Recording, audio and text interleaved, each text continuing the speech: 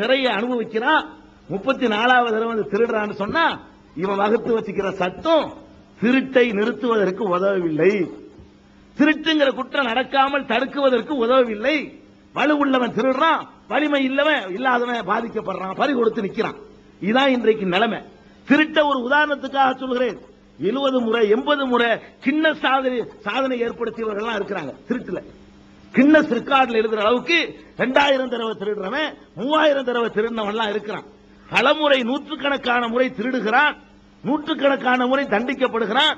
அதற்கு பிறகும் அந்த குற்றத்தை அவன் செய்கிறான் என்று சொன்னால் எங்கேயோ கோளாறு இருக்கிறது.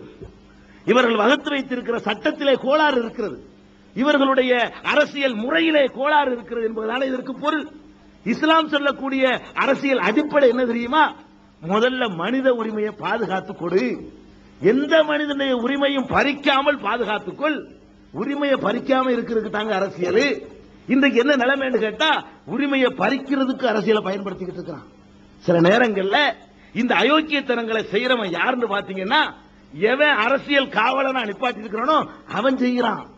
அவங்க ஆட்சி இருக்கிறதுனால, அதிகாரம் இருக்கிறதுனால, சட்டமன்ற நாடாளுமன்றத்திற்கு தேர்ந்தெடுக்கப்பட்டதுனால, அமைச்சராக ஆகிவிட்ட காரணத்தினால, பிரதமராக இருக்கிற காரணத்தினால, முதல்வராக இருக்கிற காரணத்தினால, முதல்வருக்கு தோழனாக தோழியாக இருக்கிற காரணத்தினால அப்பாவிகளுடைய சொத்துக்களை எல்லாம் மிரட்டி வாங்குறான்.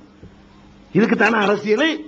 என்னுடைய சொத்தை எவனும் பறிக்காம இருக்கிறத உத்தரவாதம் செய்யும் என்பதற்காக நான் அரசியலை விரும்பினால் இந்த அரசியலை என்ன செய்கிறது?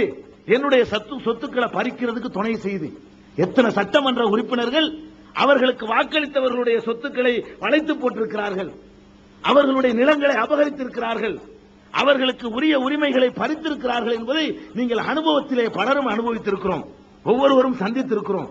இப்படி வேலையே பயிரை மையக்கூடிய காட்சியை பார்க்கிறீர்கள். அது மாத்திரமில்லை, கற்பழிப்பு இது ஒரு கொடுமை. மானத்தோடும் மரியாதையோடும் ஒரு பெண் வாழ விரும்புகிறார், அவள் அவ்வாறு வாழ்வதற்கு உத்தரவாதம் செய்து கொடுக்க வேண்டும் அரசியல். அப்படி கொடுக்கவில்லை ஆனால் அப்படி ஒரு அரசியல் நாட்டிற்கு தேவையில்லை. ஒரு பெண்ணுடைய கற்பை பாதுகாக்க முடியவில்லை என்று சொன்னால், அவளுடைய மானத்தை பாதுகாக்க முடியவில்லை என்று சொன்னால், அவருடைய உயிரை பாதுகாக்க முடியவில்லை என்று சொன்னால் இந்த கேடுகட்ட அரசியல் நமக்கு எதற்கு என்று நீங்கள் சிந்தித்து பாருங்கள். பட்ட பகலிலே ஒரு பெண்மணி ஏராளமான நகைகளை அணிந்து கொண்டு, பட்டப்பகலில் நள்ளிரவிலே ஏராளமான நகைகளை அணிந்து கொண்டு தன்னந்தனியாக வெளியே சென்று விட்டு கற்போடும் பொருளோடும் உயிரோடும் திரும்பி வந்தான்னு சொன்னா அந்த நாட்டில் அரசியல் இருக்குன்னு அர்த்தம். அந்த நாட்டில் அரசியல் என்பது தன்னுடைய கடமையை சரியா செய்திருக்குன்னு அர்த்தம். இன்னைக்கு நீங்க வெளியே ஒன்றும் போக வேண்டியதில்லை, நட்டனது ராத்திரிக்கு காத்துக்கிட்டு இருக்க வேண்டியதில்லை. ஒரு பெண்மணி சொந்த வீட்டுக்குள்ள இருந்தாலும் தன்னுடைய நகைகளை பறி கொடுக்கிறார். வீட்டுக்குள்ள இருக்கும் பொழுது பட்ட பகல்ல பறி கொடுக்கிறார். பூட்டி இருக்கிற வீடுகளை திறந்து கொள்ள எடுத்துக்கிட்டு போறான். இதை தடுத்து நிறுத்த எந்த அரசியல் சக்திகளுக்காக வக்கு இருக்குதா? எத்தனை விதமான கட்சிகளை ஆட்சியில் அமர்த்தி பார்த்தீங்க, எத்தனை விதமான அரசியல் சித்தாந்தங்களை அனுபவிச்சு பார்த்தீங்க. இதை தடுத்து நிறுத்த முடியதா? கொடுமை என்ன தெரியுமா? இதையெல்லாம் தடுத்து நிறுத்துறதுக்குன்னு ஒரு கூட்டத்திற்கு சம்பளம் கொடுத்து வச்சிருக்காங்க அரசாங்கத்தில், காவல்துறை அதுக்கு பேரு.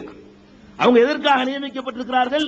கற்பை பாதுகாக்கணும், பெண்களுடைய உரிமையை பாதுகாக்கணும். என்ன நடந்துகிட்டு இருக்குது? காவல் நிலையங்களே கற்பழிப்பு கூடங்களா இருக்குன்னு பேப்பர்லாம் எழுதி நாரிக்கிட்டு இருக்கு. ராணுவத்தில் கற்பழிச்சிருக்க அமெரிக்காவோட ராணுவங்கிறது எவ்வளவு பெரிய புனிதமான ஒரு பணி, ஒரு தேசத்தை பாதுகாக்கக்கூடிய ஒரு பணி. இந்த பணியில இருக்கக்கூடியவர்கள் அங்க பணியாற்றக்கூடிய பெண்களோடு சில்மிசம் பண்றான். இவன் எல்லாம் நாட்டை பாதுகாப்பான். அப்ப ராணுவத்தால் கூட இந்த மக்களுடைய பெண்களுடைய மானத்தை காப்பாற்ற முடியல, போலீசினால் பாதுகாக்க முடியல, ஆட்சியாளர்களால் பாதுகாக்க முடியல, ஜனநாயக நாட்டிலேயும் முடியல, சர்வாதிகார நாட்டிலேயும் முடியலன்னா கோளாறு எங்கேயோ இருக்குது. இவனுக்கு அரசியல் தெரியல. இவனுக்கு எந்த மாதிரி செய்தால் இந்த குற்றங்களை தடுக்கலாம் புரியவே இல்லை.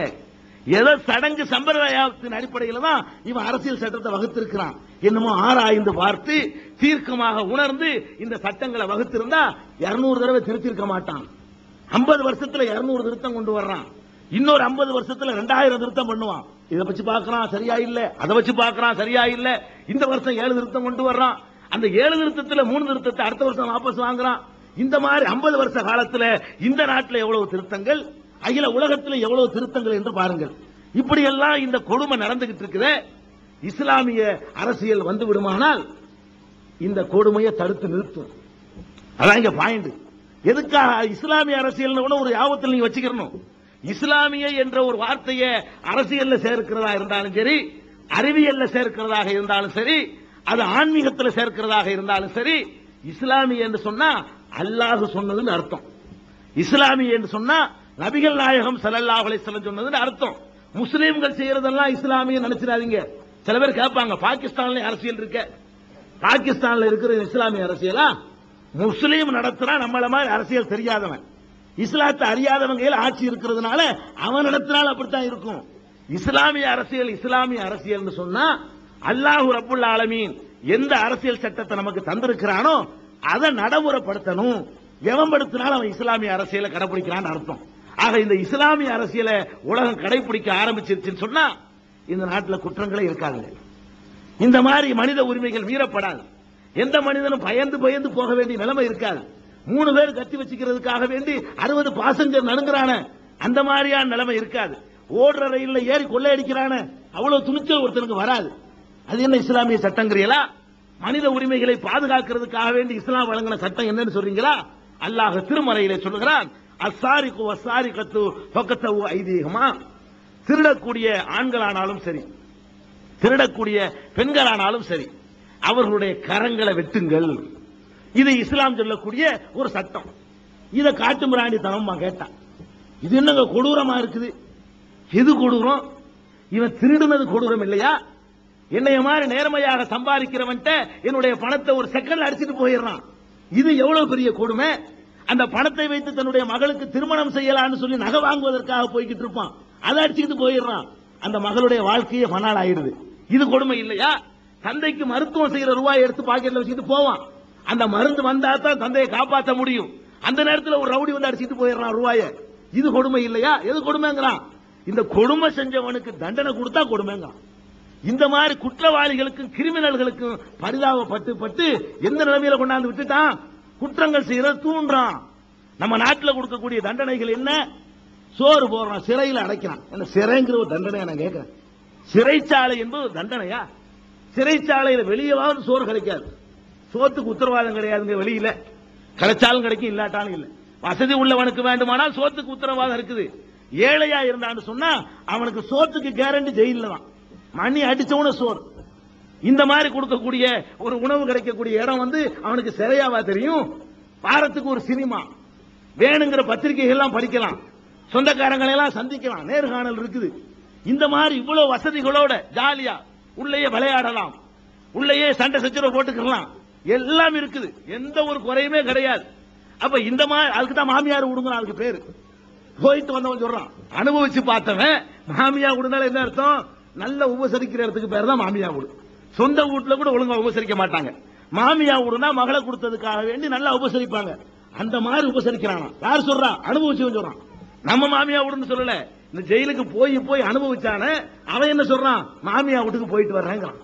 மாமியா வீடுன்னு சொல்ற அளவுக்கு எங்களுடைய வரிப்பணத்தில் இருந்து, நல்லவர்களுடைய வரிப்பணத்தில் இருந்து அவனுக்கு சோறு போடுறிய, இதை விட ஒரு அயோக்கியத்தனமான சட்டம் உலகத்தில் இருக்க முடியுமா? அவனுக்கு கொடுக்கிற சோறு யாருடையது? ஏன் காசை திருடி இருக்கிறாங்க, அவனுக்கு சோறு நான் போடுறேன். அதான் அர்த்தம். ஜெயில வச்சு சோறு போடுறோம்னா யாரு காசு? நீங்க கொடுக்கிற வரிப்பணம். நம்முடைய வரிப்பணத்திலிருந்து குற்றவாளிகளுக்கு சினிமா, சினிமாட்ட என்னென்ன தெரியாது. எத்தனை குடிசையில் உள்ளவனுக்கு பேப்பர் வாங்கி படிக்க அவனுக்கு வசதி இருக்காது. அங்க செய்தித்தாள்கள் படிக்கலாம், விளையாட்டு திடலாம் இருக்குது, வேணுங்கிற விளையாட்டு விளையாடலாம். இந்த மாதிரி சீட்டாடுவான், ஃபுட்பால் விளையாடுவான். உள்ள ஒரு தனி உலகம்ங்க. இன்னொரு நாட்டில் இருக்கிற மாதிரி அவ்வளவுதான். பொண்டாட்டி பிள்ளைய பார்க்க முடியாது தவிர பொண்டாட்டி பிள்ளை அவனை போய் பார்க்கலாம். இந்த அளவுக்கு ஒரு எல்லா வசதிகளும் செய்து கொடுத்தா ஏன் திருட மாட்டாங்க? ஏன் இந்த குற்றங்களை தொடர மாட்டான்? அல்லாஹ் சொல்லக்கூடிய இந்த சட்டத்தை ஒரே ஒரு நாள் அமுல்படுத்தி காட்டு, ஒரு வாரத்துக்கு அமுல்படுத்தி காட்டு. ஒரு திருடனை பிடிச்சி அவன் கையை வெட்டுவதை உலகமெல்லாம் பார்க்கட்டும். டிவி இருக்கு இன்னைக்கு, உலகத்துக்கு அவனை இழுத்துட்டு வர வேண்டியது இல்லை. இத்தனை மணிக்கு வெட்டுவோன்னு சொல்லி டிடி 1ல போட்டு விட்டான்னு சொன்னா, அதை விளம்பரப்படுத்தி விட்டான்னு சொன்னா எல்லாரும் பார்ப்பான். 7:30க்கு ஸ்டேஷன் தொடர்ந்து உட்கார்ந்துட்டு இருப்பான்.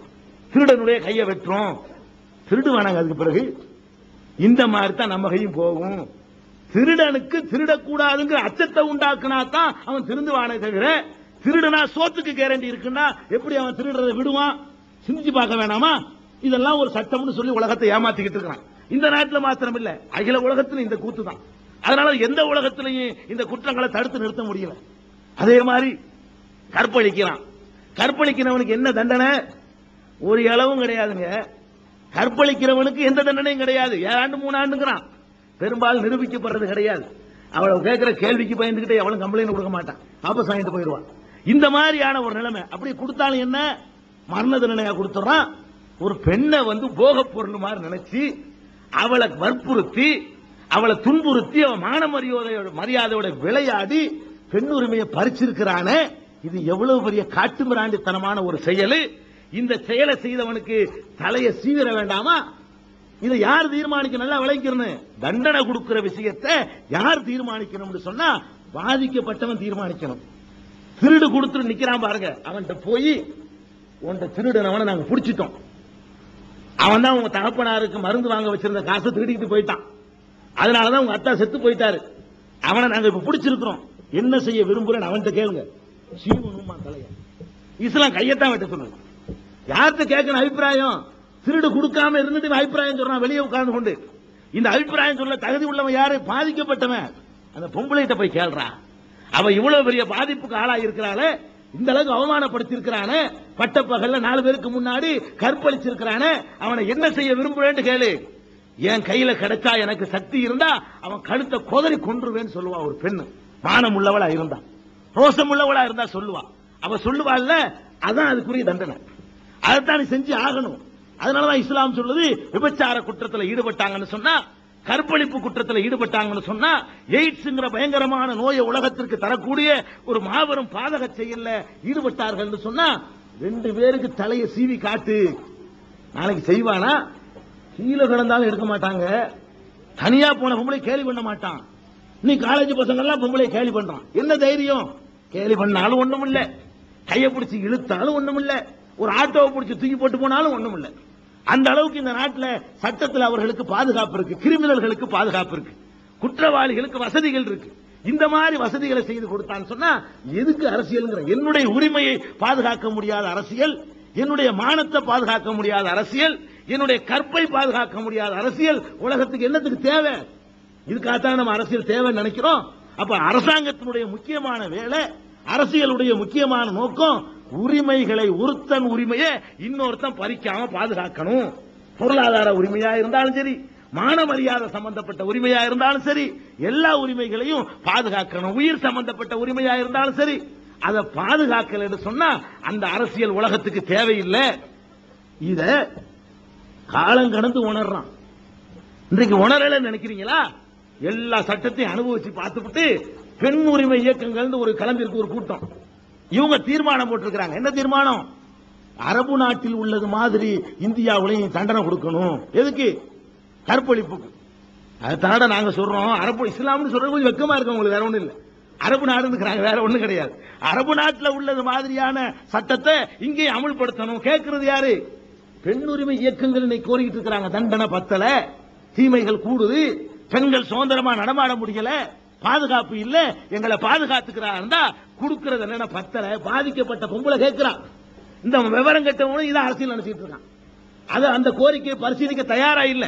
இந்த அதே மாதிரி குன்றக்குடி அடிகளார் பெரிய சிந்தனையாளர், அவர் ஒரு கட்டத்தில் காலஞ்சென்றவரை சொல்றேன்.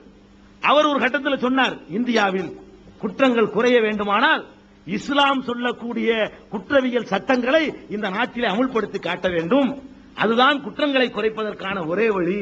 ஒரு மதகுரு, ஒரு மதத்தில் ஆழ்ந்த ஈடுபாடு உள்ளவர், பிரச்சாரம் செய்யக்கூடியவர், அந்த மதத்திற்காகவே தொண்டு செய்யக்கூடிய ஒரு சாமியார், ஒரு முனிவர், அவர் சொல்றாரு, குற்றங்களை குறைக்கிறதா இருந்தா இஸ்லாம் சொல்லக்கூடிய சட்டத்தை, கிரிமினல் சட்டத்தை அமுல்படுத்து, குற்றவியல் சட்டங்கள் அமுல்படுத்துன்னு கேட்கிறார். அந்த அளவுக்கு இந்த இஸ்லாமிய சட்டங்களுடைய அவசியத்தை காலம் கடந்து நீங்க உணர ஆரம்பிக்கிறான். அரபு நாடுகளுக்கு நீங்கள் சென்றால் அங்க நடக்கிற இஸ்லாமிய ஆட்சி நான் சொல்ல மாட்டேன். இந்த குற்றவியல் சட்டங்களை பொறுத்த வரைக்கும் இஸ்லாம் சொல்லக்கூடிய அமல்படுத்துறான்.